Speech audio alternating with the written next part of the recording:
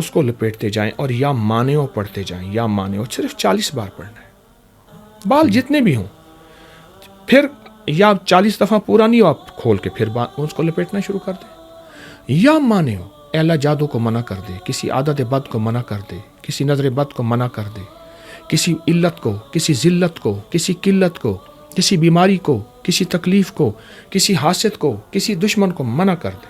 زبردست عمل ہے، ہر منگل اور ہفتے کے دن یہ عمل کریں، کچھ عرصہ کریں، ان بالوں کو دبا دیں۔ دوسرا، آپ کے ہاتھ پاؤں کے جو ناخن ہیں ان کا زندگی کے ساتھ بڑا تعلق ہے۔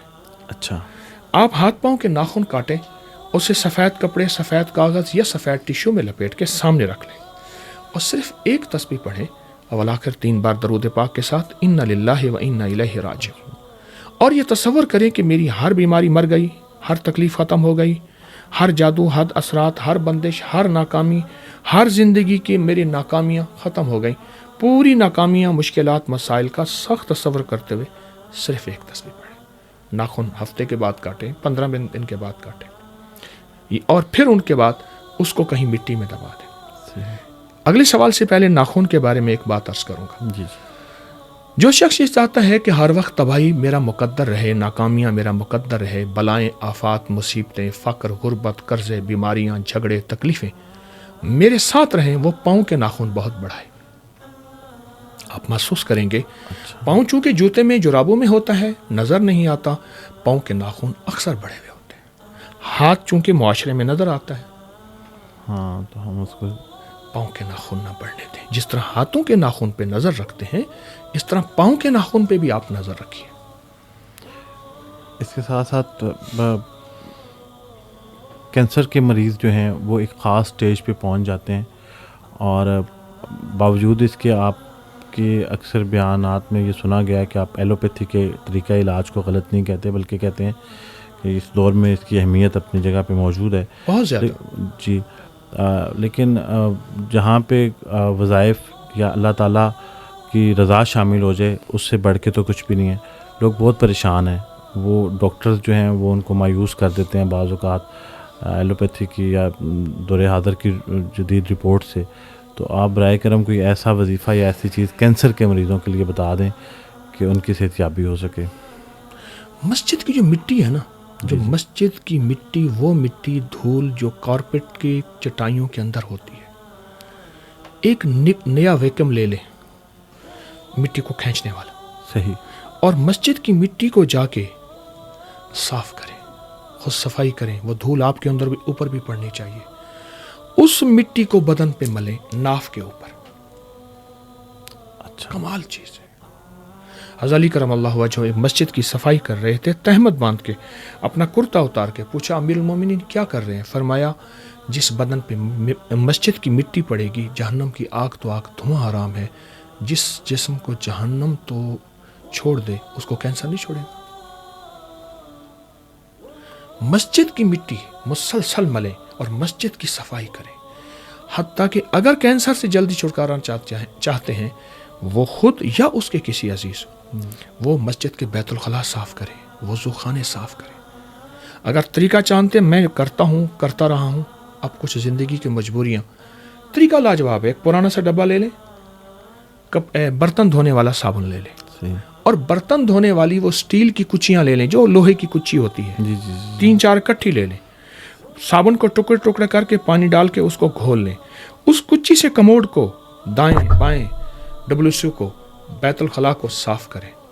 اچھا، ہاتھ پہ شاپر نہ چڑھائیں، اپنا استنجا کرتے ہوئے شاپر چڑھاتے ہیں، اور کپڑے بدل لیں، چھینٹے پڑ جائیں گے۔ صحیح، پھر اللہ سے کہیں کہ اللہ میرا من اتنا ناپاک تھا، میں نے یہ ناپاکی دور کی ہے، اللہ میرے من کو پاک کر دے، اور میرے من میں کوئی ناپاک چیزیں، بیماری، تکلیفیں، دکھ ہوں، اے اللہ تو ختم کر دے۔ بڑے رزلٹ، بہت کمالات ہیں۔ یہ بہت ضروری چیز تھی سننے والوں کے لیے بھی، کیونکہ کافی لوگوں نے، جب میں آپ کے پاس آنے کا میں نے ارادہ کیا تو بہت سارے لوگوں نے مجھے کہا، عزیز ہیں جاننے والے کہ اس کے بارے میں ضرور پوچھیے گا جو کینسر کا آپ نے بتایا ہے۔ ایک اور مسئلہ نیند کے حوالے سے ہے۔ آج کل ہر دوسرا شخص ایک مرض میں مبتلا ہے، خاص طور پہ نوجوان نسل۔ چاہتے ہوئے بھی لوگ پوری رات نہیں سو سکتے، نیند جیسی راحت کو مس کرتے ہیں، وہ صبح ہو جاتی ہے اور آنکھ نہیں لگتی. ایسے لوگوں کے لیے کچھ ایسا بتائیں کہ کوئی ایسا عمل ہو کہ نیند کا ہونا تو بہت ضروری ہے، فطری عمل ہے، اس کے بغیر تو دن بھی بڑا خراب گزرتا ہے، کہ نیند لوگوں کو نہ آ رہی ہو اور وہ سونا چاہ رہے ہوں. اس سلسلے میں 3 چیزیں عرض کروں گا. جی جی. کبھی بھی غذا سونے سے 4 گھنٹے پہلے کھائیں، کبھی بھی، زندگی کا حصہ ہے. پیٹ ویٹ نہیں بڑھے گا، نیند بہترین آئے گی. دوسری چیز، دیر سے سونا زندگی کے سرکل کو ختم کر دیتا ہے. اس وقت پوری سائنس زندگی کے نظام پہ آ رہی ہے کہ جو جتنا دیر سے سونے کے گھنٹے اور موبائل اور نیٹ، جو بندہ موبائل، نیٹ اور خبریں، حالات حاضرہ، جی جی. جتنا اس میں آتا جائے گا اتنا بلڈ پریشر، بیماریاں، شوگر. آپ دیکھیں جو حالات حاضرہ سے، میں نہیں کہتا حالات حاضرہ سے بے خبر رہیں، لیکن حالات حاضرہ سے اتنے باخبر بھی نہ رہیں کہ اپنے من کی خبر بھی ختم ہو جائے. سارے جہاں سے باخبر، اپنے جہاں سے بے خبر. میں اس انداز سے عرض کر رہا ہوں. صحیح. اور ایک وظیفہ عرض کرتا ہوں، کہف، سورت کہف قرآن پاک میں، اس کو 1 تسبیح، 2 تسبیح، 3 تسبیح پڑھیں. کہف اول آخر 3 دفعہ درود شریف. اصحاب کہف کو اللہ نے 309 سال سلایا، 3 صدیاں 9 سال. یہ بہت زبردست لفظ ہے. اور نیند نہ آئے، تسبیحاں پڑھ کے سوتے پڑھتے جائیں، پھر کھولے، پھر پڑھنا شروع کر دیں. کہف ہر حالت میں پڑھ سکتے ہیں. اچھا، نیند کے ساتھ ساتھ یہ ہے کہ ایک اور چیز بڑی اہم ہے، یہ خواتین کا عموماً سوال ہے، بچیوں کا، کہ رشتوں کے مسائل ہیں گھروں میں، عمر زیادہ ہوتی چلی جا رہی ہے، اور ایسی بچیاں جو گھروں میں پریشان ہیں، مائیں پریشان ہیں، ان کے لیے پلیز کوئی ایسا عمل بتا دیں، آسانی پیدا ہو جائے ان کے لیے. 2 نفل پڑھیں حاجت کے. جی جی. گھر کا کوئی فرد یا وہ خود، اور 1100 بار پڑھیں اول آخر 3 دفعہ درود شریف کے ساتھ ایک آیت مبارکہ، وَأَلْقَيْتُ عَلَيْكَ مَحَبَّةً مِّنِّي. بس.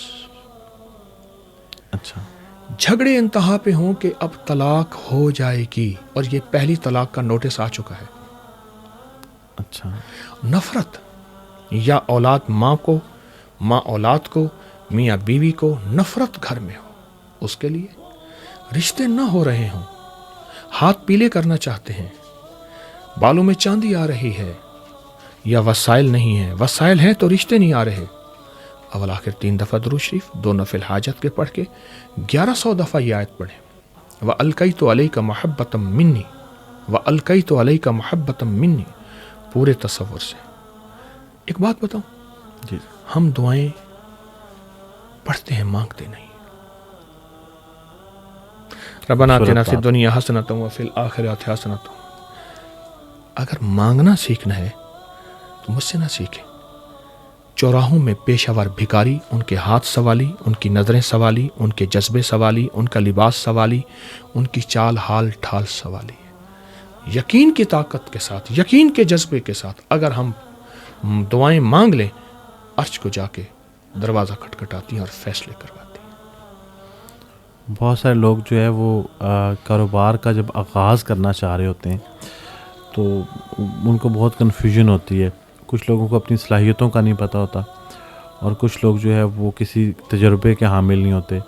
تو آپ کیا ریکمینڈ کریں کہ کسی بھی نئے شخص کو اگر وہ کاروبار شروع کرنا چاہ رہا ہے تو اس کے لیے کس قسم کا کاروبار شروع کرنے میں خیر و برکت ہوتی ہے؟ جیسے بعض اوقات لوگ کہتے ہیں کہ کپڑے کا جو کاروبار ہے یہ بہتر ہے، کچھ لوگ کہتے ہیں شہد کا کاروبار. تو اگر اس میں اگر آپ کوئی رہنمائی کر سکیں اور اس کے ساتھ ساتھ نئے کاروبار شروع کرنے کا کوئی وظیفہ ایسا بتا سکیں تاکہ لوگوں کے لیے آسانی پیدا ہو جائے. سب سے پہلے تو یہ درخواست کروں گا، کبھی شراکت نہ کریں. وہ اچھا. ایمان کی سطحیں، وہ دیانتداری کی سطحیں، وہ ایمانداری کی سطحیں، وہ احتیاط کی سطحیں ختم ہو گئی ہیں. 100% نہیں، کبھی بھی 100% نہیں ہوتا، 5 انگلیاں برابر نہیں، لیکن عمومی طور پہ شراکت نہ کریں. ایک درخواست. دوسری عرض یہ ہے کہ کوئی بھی کاروبار کریں تو کاروبار کو تھوڑی سطح پہ پہلے شروع کریں، سارا سرمایہ نہ لگائیں، احتیاط سے چلیں، احتیاط سے. اگلی بات، ایک وظیفہ دیتا ہوں. کاروبار اگر چاہتے ہیں بڑھے، پھلے، پھولے، پنپے، اور عروج پہ چلا جائے. وہ ایک دعا ہے مسنون میرے آقا سرور کونین صلی اللہ تعالی وسلم کی. اللہم اکفنی بحلالک عن حرامک واغننی بفضلک عمن سواک. اے اللہ حلال سے میری کفایت کر، حرام نہیں چاہیے. واغننی، مجھے غنی کر دے، تیری شان میں کون سی کمی ہے. واغننی بفضلک، غنی تیرے فضل سے ہوں گا، محنت سے نہیں ہوگا. کیوں؟ محنت شرط ہے. یہ لفظ توجہ کیجیے گا، محنت شرط ہے پر محنت پہ فیصلے شرط نہیں ہے. وَأَغْنِنِي بِفَضْلِكَ عَمَّنْ سِوَاكَ، کسی کے در کا بھکاری نہ بنا، اپنے در کا بھکاری. اس دعا کا جو بندہ ایک تسبیح صبح شام سارا دن کھلا وضو بے وضو سینکڑوں ہزاروں کھلا پڑھے، غیبی نظام اس کے ساتھ ہو جائے گا. بلکہ مجھے ایک صاحب نے بتایا، اس دعا کو میں نے بتایا، اس نے بہت پڑھا بہت پڑھا بہت پڑھا. مجھے کہنے لگے مجھ سے دعا واپس لے لیا. کیوں؟ کہ اب گنا نہیں جاتا، سنبھالا نہیں جاتا، اتنا رب نے دیا، مجھ سے واپس لے لے. آپ ماشاءاللہ سے اتنے لوگ فیضیاب ہوتے ہیں، خیر کا کام چل رہا ہے، لنگر چل رہا ہے، دل میں اتنی نرمی پیدا کرنے کی خواہش بہت سارے لوگوں کی ہوتی ہے. بہت سارے لوگ یہ چاہتے ہیں کہ ہم خیر کا کام کریں، لوگوں میں آسانیاں بانٹیں، لیکن یا تو حالات یا وسائل یا کوئی ایسی چیزیں ہیں جو ان کو یہ نہیں کرنے دیتی. آپ کا اتنا بڑا سلسلہ ماشاءاللہ، دنیا بھر میں بلینز میں لوگ آپ کو سنتے ہیں، کئی زبانوں میں، 7 زبانوں میں شاید اگر میں غلط نہ ہوں تو ترجمہ ہوتا ہے. اتنا سب کچھ آپ کر رہے ہیں. آپ کے دل میں اللہ تعالیٰ نے اتنی نرمی پیدا کی ہے لوگوں میں خیر بانٹنے کی. کوئی شخص تھوڑا سا حصہ بھی ڈالنا چاہے لیکن رکاوٹیں آتی ہوں تو ایسا کیا ہو کہ یا پھر وہ خود ہی اس کے دل میں ہوتا ہے کہ یار وہ نہیں کر سکتا. آپ اس کو کنجوسی کا نام دے سکتے ہیں، آپ اس کو کوئی اور نام دے سکتے ہیں، لیکن دل نرم ہو جائے. اس کے لیے کوئی ایسا عمل تاکہ یہ سلسلہ چل پڑے. لوگوں کی دعائیں لیں، لوگوں کی اتنے بھلے کریں، لوگوں کو اتنی ان کی تکلیفیں، دردوں، مصیبتوں، پریشانیوں، اور انسانیت، ہر مذہب، ہر فرقہ، ہر رنگ، ہر نسل، ان کے ساتھ ایسا کریں کہ ان کے اندر سے بے ساختہ دعائیں نکلیں. میرے حضرت فرماتے تھے، طارق دعاؤں کے لیے کہنا مت، لینا. یہ مظلوم کے پاس کون سا اسم اعظم ہوتا ہے جو عرشوں کو ہلا دیتا ہے؟ اس کے اندر سے دعائیں نکلتی ہیں. لوگوں کی دعائیں بڑا کام کرتی ہیں، اور دعائیں پیچھا کرتی ہیں نسلوں تک، اور بد دعائیں، لعنتیں پیچھا کرتی ہیں نسلوں تک. آپ نے سنا ہوگا اس بندے کو، اس خاندان کو کسی کی دعا ہے، یا اس بندے کو، خاندان کو کسی کی بد دعا ہے. دعائیں لیں لوگوں کی، دکھیاروں کی، غریبوں کی. آپ شیخ الوظائف ہیں ماشاءاللہ سے. کسی بھی انسان کو کسی بھی قسم کا مسئلہ جب درپیش ہوتا ہے، آپ سے رابطہ ہو، وظیفہ ملتا ہے، لوگوں کے لیے آسانیاں پیدا ہوتی ہیں. آپ خود بھی کبھی نہ کبھی کسی مشکل کا شکار ہو جاتے ہوں گے. اپنے لیے وظیفوں کا انتخاب خود کرتے ہیں، یا کبھی آپ کو لگتا ہو کہ میرا بھی کوئی ایسا کام ہے جو ابھی تک رکا ہوا ہے؟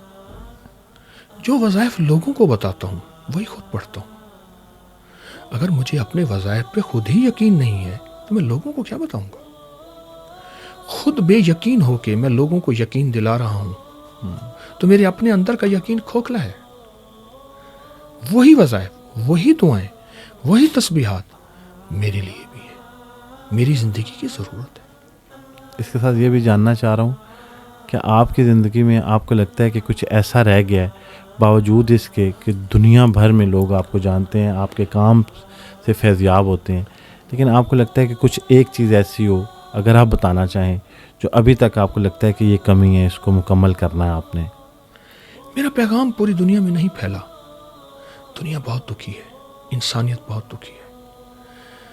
تعلیم، سائنس کی انتہا ہو چکی ہے، اس سے زیادہ اگلی انتہا ہوگی. لیکن میں چاہتا ہوں کہ انسانیت کے دکھ چن لوں، ان کے غم چن لوں،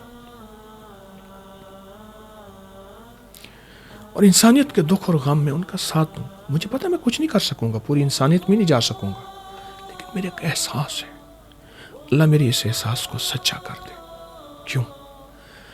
کہ شہرت کے بعد اپنے مخلص ہونے کا میں دعویٰ نہیں کر سکتا. موت بتائے گی 1 نمبر تھا یا 2 نمبر تھا، دکاندار تھا یا ایماندار تھا، یہ موت بتائے گی. تو میرا ایک احساس ہے، میرے اندر یہ ایک چبھن ہے، اور یہ میری ایک چاہت ہے کتنے زیادہ عرصے سے ماشاءاللہ ادارہ چل رہا ہے، لیکن عبقری کا نام سنتے ہی اکثر خیال آتا ہے کہ اس کا مفہوم کیا ہے؟ سورۃ رحمان میں جی ایک لفظ ہے عبقری حسان. عبقری انگلش میں موسٹ جینیس کو کہتے ہیں. اچھا. اور عبقری نے ایک عزم کیا ہے کہ ہر رنگ، ہر نسل، ہر فرقہ، ہر مذہب، ان کی خدمت عزم ہے، نہ دعویٰ ہے نہ وعدہ ہے. پھر ہمارے دو بھائی ہیں، اچھا ماشاءاللہ. ایک انسانی بھائی ہیں اور ایک ایمانی بھائی ہیں. سارے مسلمان ایمانی بھائی اور سارے غیر مسلم انسانی بھائی. کیوں؟ آدم اور حوا ابا تو اماں ایک ہے. یہ ایک عزم ہے کہ لوگوں کے دکھوں، تکلیفوں، مسائل اور مشکلات میں ان کا ساتھ دیا جائے. ماشاءاللہ سے. اچھا طارق صاحب، یہ جاننا چاہوں گا کہ آباء و اجداد سے سلسلہ چل رہا ہے، اس کے بارے میں بھی لوگوں کو بڑا تجسس ہے کہ اس سلسلے کا آغاز کیسے ہوا، یہ کیسے ماشاءاللہ سے اتنا بڑا نظام چل رہا ہے. تو اس کے تھوڑا سا ماضی کے بارے میں اگر بتا دیں تو. میرے بڑوں نے اپنی کتابوں میں جو لکھا ہے، اور اس کے علاوہ تاریخ میں بھی یہ بات لکھی ہوئی ہے، کتابوں کے حوالے ہیں پرانے، جی کہ ہمارا اصل تعلق بخارا سے 1762 میں بخارا سے ہجرت ہوئی. صحیح. اور روحانیت کے سفر کے لیے غزنی اور پھر غزنی سے اسٹیٹ کی طرف ہجرت ہوئی 1762 میں. ہمارا خاندانی 3 شعبے ہیں، ایک روحانیت، ایک زراعت باغات ہے، اور ایک تجارت ہے. اچھا. زراعت باغات اس لیے ہیں کہ روحانیت کے سفر کو کسی سے لیے بغیر چلایا جائے، کیونکہ روحانیت کا سفر لنگر مانگتا ہے، اخراجات مانگتا ہے. اس کو کسی کی جیب پہ نظر نہ ہو اور لوگوں کے دلوں پہ نظر، پھر بھی اس بات کا دعویٰ نہیں کر سکتا. اچھا، لنگر کی آپ نے کیونکہ بات کی ہے تو میں نے سنا ہے جہاں لنگر کی مختلف اقسام ہیں، جی. اور اس اقسام کو لے کے بڑا انٹرسٹ پیدا ہوا میرا بھی کہ شاید 4 اقسام ہیں.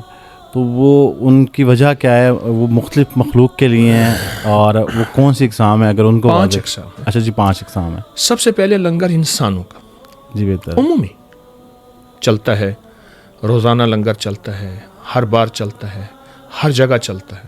ایک. دوسرا قبرستان کے کیڑے مکوڑوں کا. اچھا. تیسرا مچھلیوں کا. چوتھا بلیوں کا. اور 5واں پرندوں کا جو ہمارے پالتے نہیں، پالتو نہیں، ان کا. طارق صاحب، آپ کے وقت کا بہت شکریہ. یقین جانے میں نے اس سے پہلے 500 سے زائد لوگوں کو کنڈکٹ کیا ہے، ہوسٹ کیا ہے، لیکن آپ کے ساتھ بیٹھ کے جس طرح کا ماحول اور فضا قائم ہوئی، لوگوں کے لیے خیر بانٹنے کی بات ہوئی، اس سے پہلے میرا یہ تجربہ نہیں رہا. آپ نے اتنی محبت سے وقت دیا.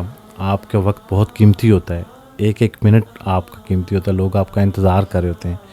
باوجود اس کے آپ نے ہمیں موقع دیا، ہمارے ساتھ یہ پوڈ کاسٹ ریکارڈ کروایا. میں آپ کا بہت مشکور ہوں. آپ کا بہت شکریہ. جزاک. Thank you so much.